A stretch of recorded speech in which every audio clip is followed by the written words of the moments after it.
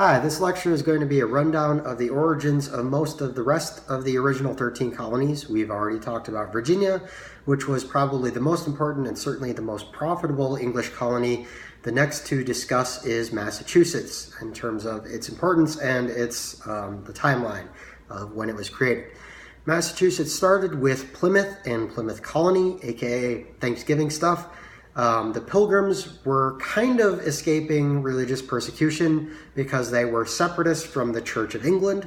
They thought the English Reformation had not really gone far enough, and the Church of England was too much like the Catholic Church. They originally left England, where they actually were being persecuted, and went to Holland. Holland was a more Protestant area and was more open to groups like them, so they weren't really being religiously persecuted anymore, but they didn't like living in Holland because they were losing their identity. Their kids were learning Dutch. There was pressure to integrate into Dutch society and maybe even into Dutch churches. So they wanted to go to the new world where nobody would interfere with their religious practice or force them to compromise it in any way. They wanted a blank slate where they could found a society that operated exactly according to their beliefs and their beliefs alone. So they were getting away from religious persecution, but they were intolerant of religious beliefs of other religious beliefs within their own group or their new society. So they were not exactly, heroic kind of ideals to live up to in that regard. They arrived in today's Massachusetts in 1620 aboard the Mayflower, which was mostly included them, but also there were some people and some kind of entrepreneurs interested in making money on the Mayflower, in part because of the presence of these non-pilgrims in their, they were hoping to form a pure pilgrim society. So partly because they're starting off right away with outsiders, they developed the Mayflower Compact before landing.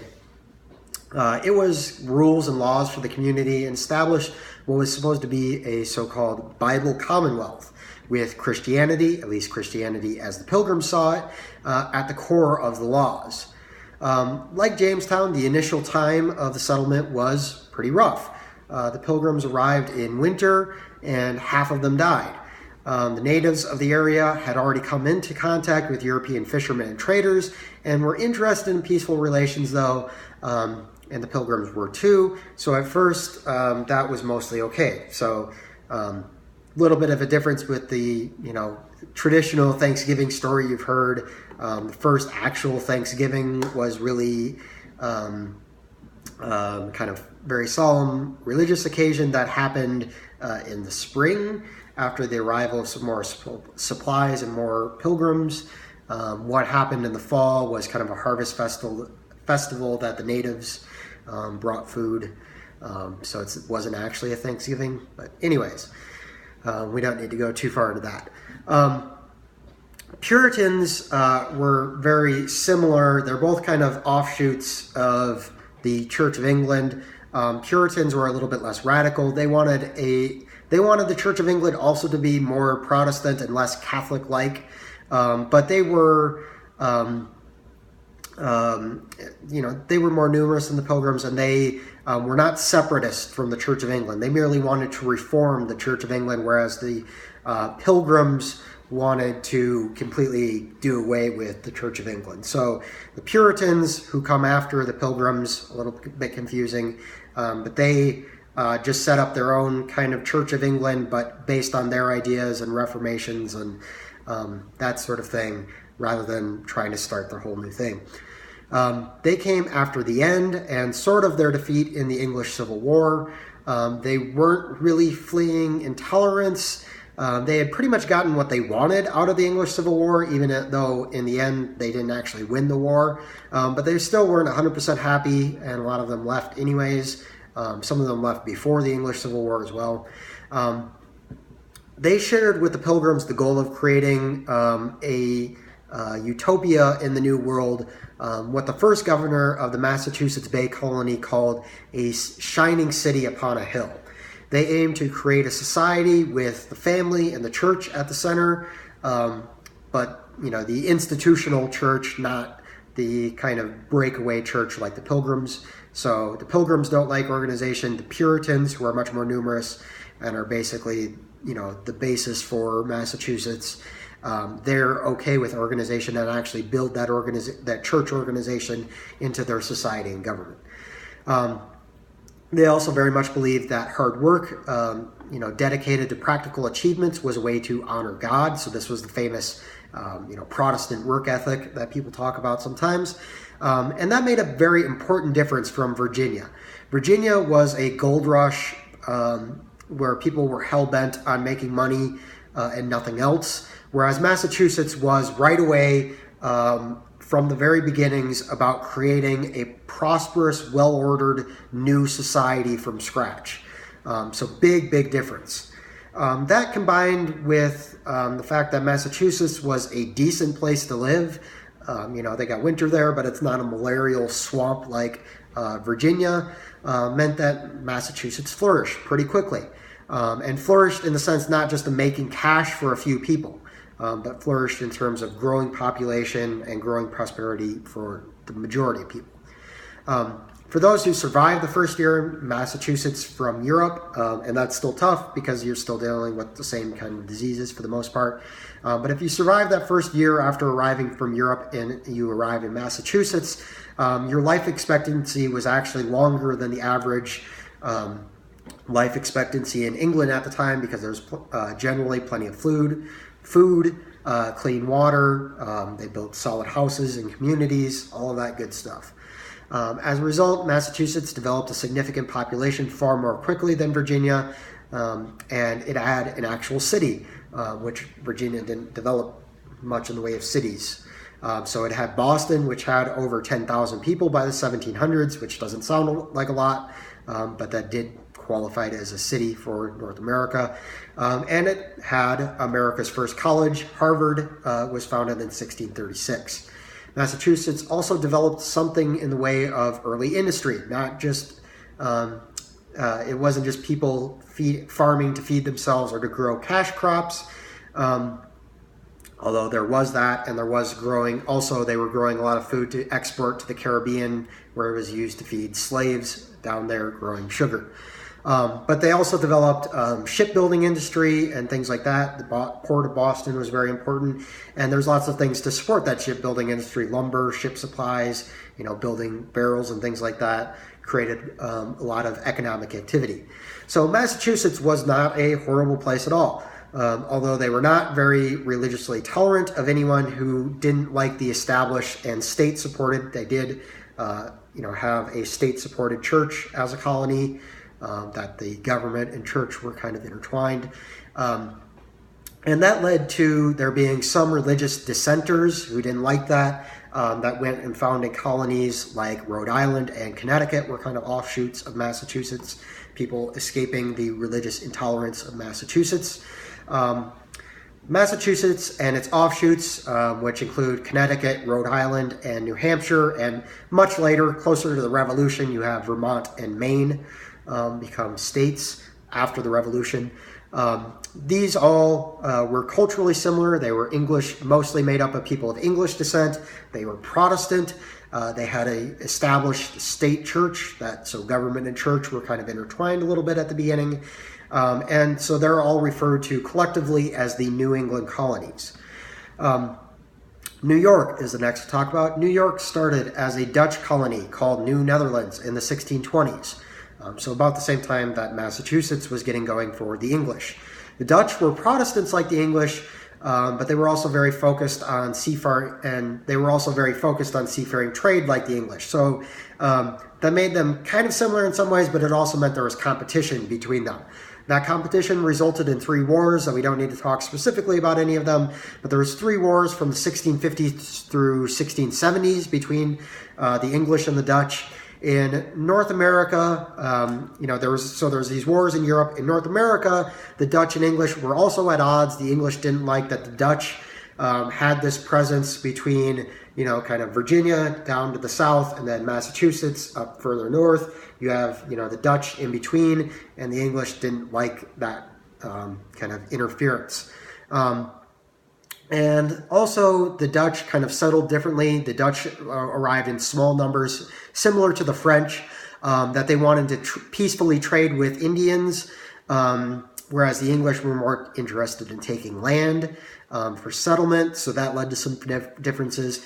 In 1664, as part of one of the bigger wars between the Dutch and the English were given control of New Amsterdam, and the king gave this colony to his brother, the Duke of York, hence why it's New York.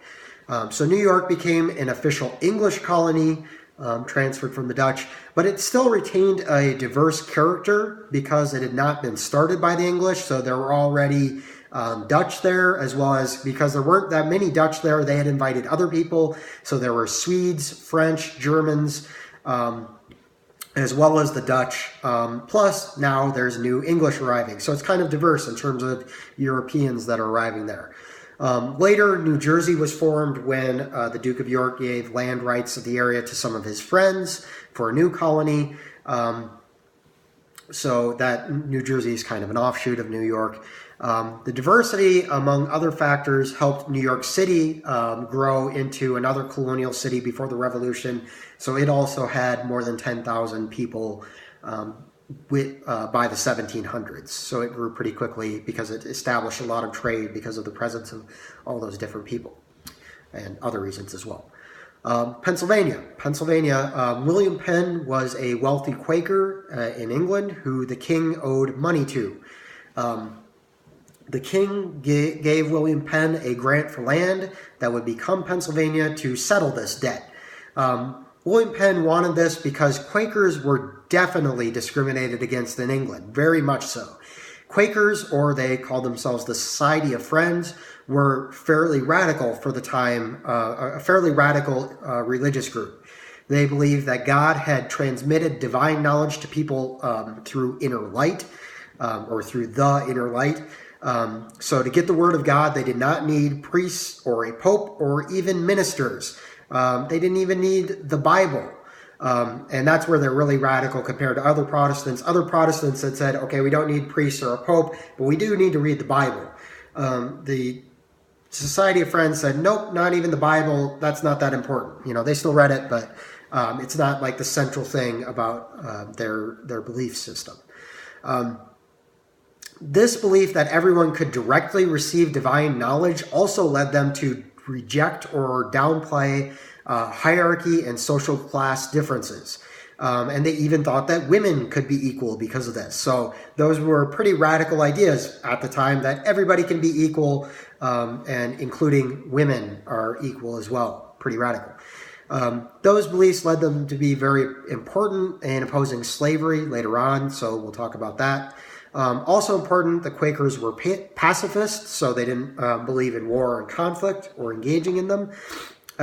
So they emphasized peace with Indians, and actually paid for the land that they took, for, you know, the original land grant that William Penn was given, as well as any new settlement, new settlers arriving also had to pay Indians for any land that they were taking. So it wasn't just enough for the king to say, voila, this land is all yours, which other Europeans said, okay, the land's mine.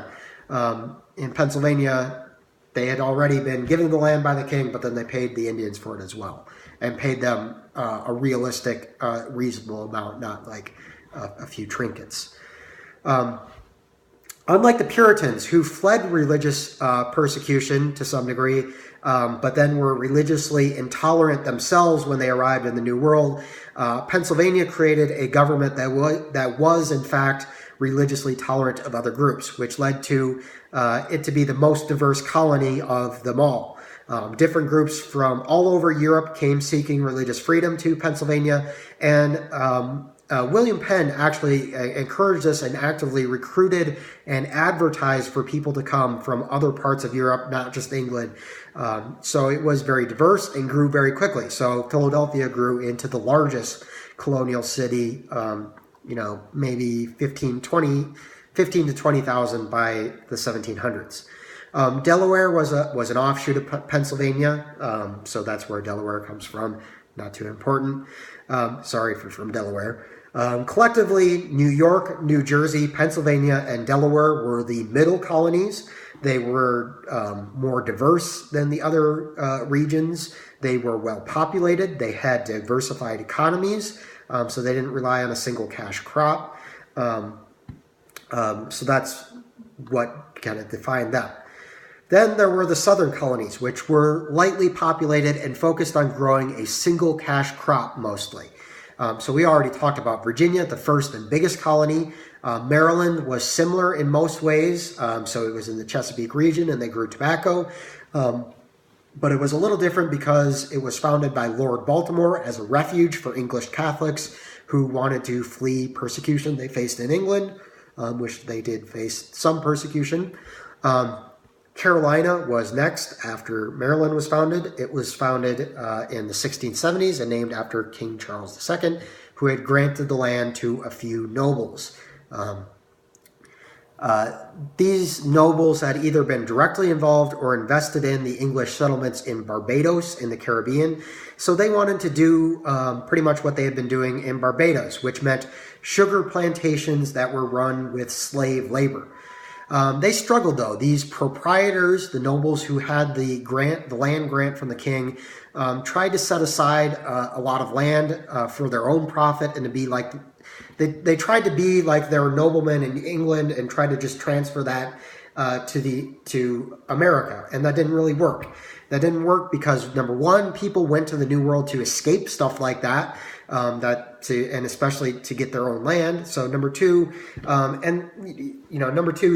could. There was lots of land in the New World. So, the proprietors can say, well, this is all my land near the coast. And people would just say, well, screw it, I'm moving inland then.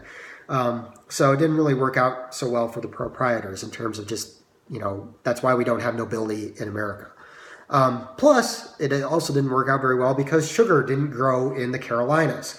And the original settlements of the Carolinas in what would become South Carolina couldn't support tobacco either, like Virginia. So they kind of struggled. They didn't know what to grow to make money. In the 1690s, though, some of the African slaves in the Carolinas who were born in Barbados in the Caribbean, they weren't directly from Africa. We'll discuss that in a later lecture. They discovered that rice grew quite well there in South Carolina, or what would become South Carolina. They were still one. There wasn't a division yet. And that cash crop of rice is what made the Carolinas a success initially. It also led the way to more slaves being brought in, to the point that the Carolinas had 2 times as many African slaves as they had Europeans. Europeans didn't want to go there because it was another, swampy, crappy area in the era before air conditioning and modern medicine and stuff like that. You didn't really want to live in a place like that. Carolina was split in 1712 between North and South Carolina because North it was the northern portion was settled later, and it became very different because it was basically became like Virginia. The tobacco did grow well in the North. So it looked more like Virginia. It was different than what South Carolina had become, so they split them up. The last colony, Georgia, was founded in 1733, so much later. It was not supposed to be like the other southern colonies, even though it turned out that way.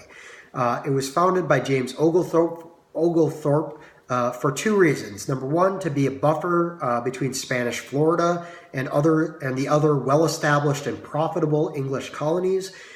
So they wanted just to control the land in between them and Spain to be able to, kind of protect the other colonies. And number 2, Oglethorpe wanted this to be a utopian society where English debtors and prisoners could go to make a new life for themselves. So it was a place they were kind of sent to as punishment.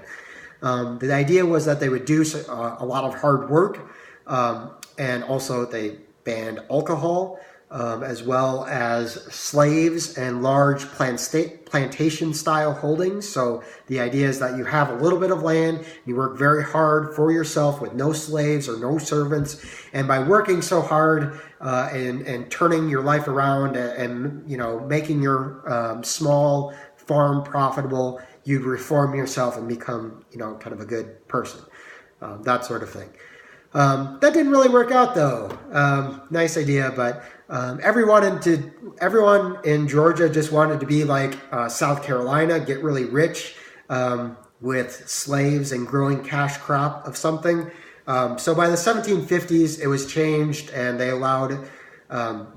they changed the rules, and people in Georgia were allowed to have large plantations, to import slaves and all of that. So they started to follow that South Carolina model of growing rice initially and growing it with slave labor. We'll talk about much later in the semester when cotton comes around. It doesn't start at first. So at first it's rice there and so a few other things like indigo that are the cash crops. Okay, so that's all of the English colonies, original colonies, kind of where they come from, the background of them. So next time we'll talk some about kind of some more relationships between Indians and the English settlers. So see you then.